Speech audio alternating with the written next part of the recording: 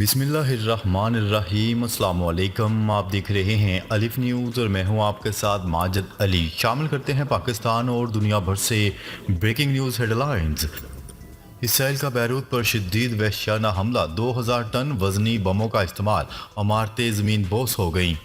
اسرائیلی حملوں میں جنوبی بیروت کے علاقے ضاحیہ کو نشانہ بنایا گیا۔ اسرائیلی فوج نے دعویٰ کیا ہے کہ اس نے بیروت کے جنوبی مضافات میں حزب اللہ کے ہیڈ کوارٹر کو نشانہ بنایا ہے۔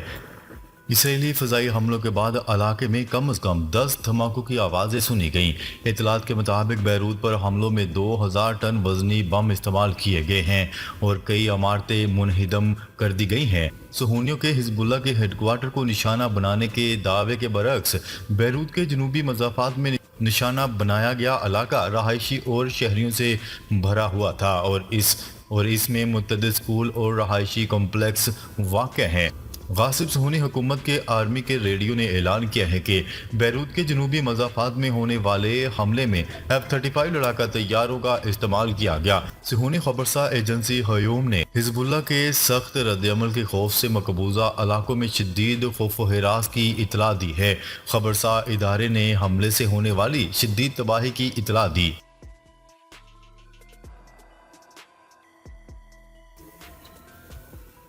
خبر کے اگلے حصے میں بات کرتے ہیں حسن نصر اللہ اسرائیلی حملوں کے بعد بالکل محفوظ ہیں، ایرانی میڈیا کا دعویٰ۔ ایرانی میڈیا نے دعویٰ کیا ہے کہ حزب اللہ کے سیکرٹری جنرل سید حسن نصر اللہ اسرائیلی حملے کے بعد محفوظ ہیں اور انہیں حملوں سے کوئی نقصان نہیں پہنچا۔ ایرانی خبرساں ادارے تسنیم نیوز کے مطابق حزب اللہ کے سیکرٹری جنرل سید حسن نصر اللہ اور تحریک کے ایگزیکٹو کونسل کے سربراہ سید ہاشم صفی الدین مکمل طور پر صحت مند ہیں اور محفوظ ہیں۔ انہیں اسرائیلی حملوں سے کسی قسم کا کوئی نقصان نہیں ہوا۔ ایرانی میڈیا نے دعویٰ کیا ہے کہ جمعے کی شام صہیونیوں کا آپریشن ناکامی پر ختم ہوا ہے اور سوشل میڈیا پر گردش کرنے والی افواہ کے بعد یہ بات سامنے آئی کہ حسن نصر اللہ اور صفی الدین کو اسرائیلی فضائی حملے کے دوران نشانہ بنایا گیا۔ اسرائیلی فوج کے ریڈیو کے مطابق F-35 لڑاکا طیاروں نے بنکر بسٹر بموں کا استعمال کیا اور اسرائیلی میڈیا نے رپورٹ کیا کہ حکومت نے حملے سے کچھ دیر پہلے ہی امریکہ کو آگاہ کر دیا تھا۔ لبنانی میڈیا نے بتایا کہ شہری دفاع کے اہلکار علاقے میں لگنے والی آگ کو بجھانے اور زخمیوں کو نکالنے کا کام کر رہے ہیں۔ لبنان کے نگراں وزیر اعظم نے اس حملے پر رد عمل کا اظہار کرتے ہوئے کہا کہ بین الاقوامی برادری کو اسرائیلی ظلم و ستم اور لبنان کے خلاف ہونے والی تباہی کی جنگ کو روکنا چاہیے۔ خبر کے اگلے حصے میں بات کرتے ہیں بیروت پر حملے میں حسن نصر اللہ کی بیٹی زینب سمیت حزب اللہ کے 3 رہنما شہید، اسرائیلی میڈیا کا دعویٰ۔ اسرائیل کے میڈیا نے بیروت پر حملے میں حزب اللہ کے سربراہ حسن نصر اللہ کی بیٹی زینب نصر اللہ سمیت حزب اللہ کے 3 اہم رہنماؤں کے شہید ہونے کا دعویٰ کر دیا۔ اسرائیلی میڈیا رپورٹ میں دعویٰ کیا گیا ہے کہ لبنان کے دارالحکومت بیروت کے علاقے ضاحیہ میں اسرائیل کے رہائشی علاقوں پر حملوں میں حسن نصر اللہ کی بیٹی زینب نصر اللہ سمیت حزب اللہ کے میزائل یونٹ کے سربراہ محمد علی اسماعیل اور ان کے نائب حسین احمد اسماعیل شہید ہو گئے ہیں۔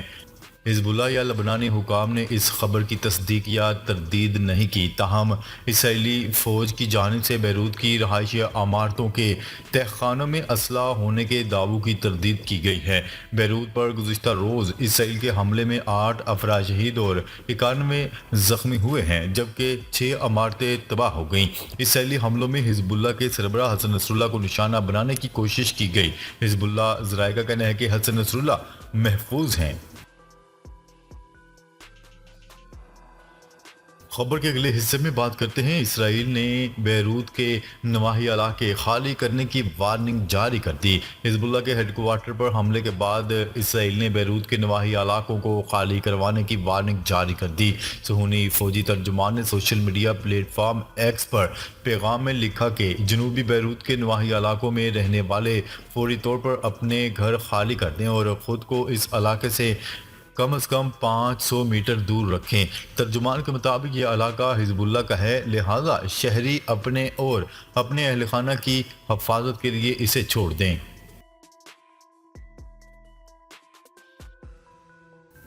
خبر کے اگلے حصے میں بات کرتے ہیں یمنی افواج کا امریکی بحریے کے جہازوں پر بڑا حملہ۔ لبنان اور فلسطین پر جاری اسرائیلی بربریت کا انتقام لینے کے لیے یمنی افواج نے بحیرہ احمر میں امریکی بحریہ کے جنگی جہازوں کو نشانہ بنایا ہے۔ بین الاقوامی خبرساں ادارے کی رپورٹ کے مطابق مزاحمتی فورسز نے عراق سے بھی مقبوضہ علاقوں میں ایک اہم ہدف کو ڈرون سے نشانہ بنایا۔ یمنی افواج کے ترجمان بریگیڈیئر جنرل یحییٰ الصاری کا کہنا ہے کہ تازہ حملے میں 3 امریکی ڈسٹرائر کو نشانہ بنایا گیا جو کہ اسرائیل کی مدد کے لیے مقبوضہ علاقوں کی جانب بڑھ رہے تھے۔ فوجی ترجمان نے بتایا کہ حملے میں بحریہ، فضائیہ اور بری فوج نے حصہ لیا۔ 23 بیلسٹک اور ونگڈ میزائل داغے گئے اور ڈرون سے بھی مدد حاصل کی گئی۔ ان کا مزید کہنا تھا کہ حملوں کا سلسلہ اس وقت تک جاری رہے گا جب تک تل اویو غزہ پر حملے بند نہیں کرتا اور فلسطینیوں کو امداد نہیں پہنچائی جاتی۔ دوسری جانب ایرانی میڈیا کی جانب سے یہ دعویٰ کیا جا رہا ہے کہ حزب اللہ کے سیکرٹری جنرل سید حسن نصر اللہ اور تحریک کی ایگزیکٹو کونسل کے سربراہ سید ہاشم صفی الدین اسرائیلی حملے میں بالکل محفوظ رہے۔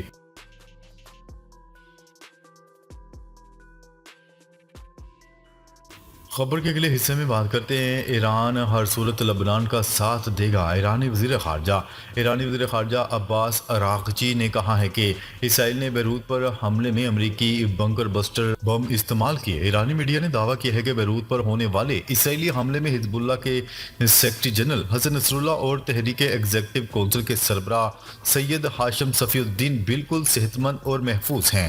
اس حوالے سے ایرانی وزیر خارجہ عباس اراغچی نے کہا کہ اسرائیل نے بیروت پر حملے میں امریکی بنکر بسٹر بموں کا استعمال کیا۔ ایران ہر صورت لبنان اور مزاحمت کا ساتھ دے گا۔ بیروت حملے کے بعد ایرانی سپریم لیڈر آیت اللہ خامنائی نے نیشنل سیکیورٹی کونسل کا ہنگامی اجلاس طلب کر لیا۔